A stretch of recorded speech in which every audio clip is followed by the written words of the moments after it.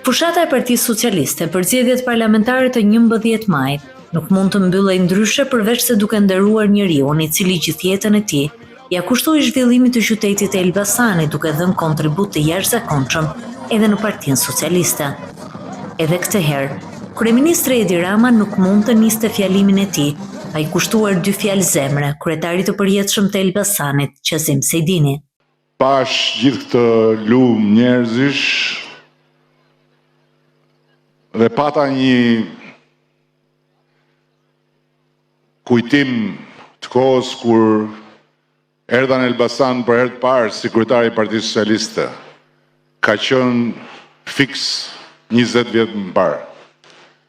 Dhe do doja shumë sot që këtë lumë njerëzish që është mbledhur këtu nga 2 anët e këtij bulevardi ta shikonte dikush që këtu nuk është sot.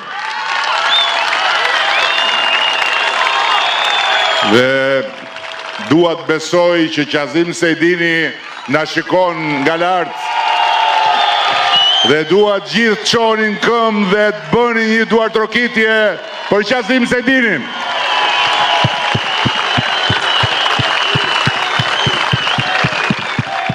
Miranjerëz në sheshin kryesor të Elbasanit nderuan sot kujtimin e Qazim Sejdinit, njeriut që dashuroi fort Elbasanin dhe punoi çdo ditë për të.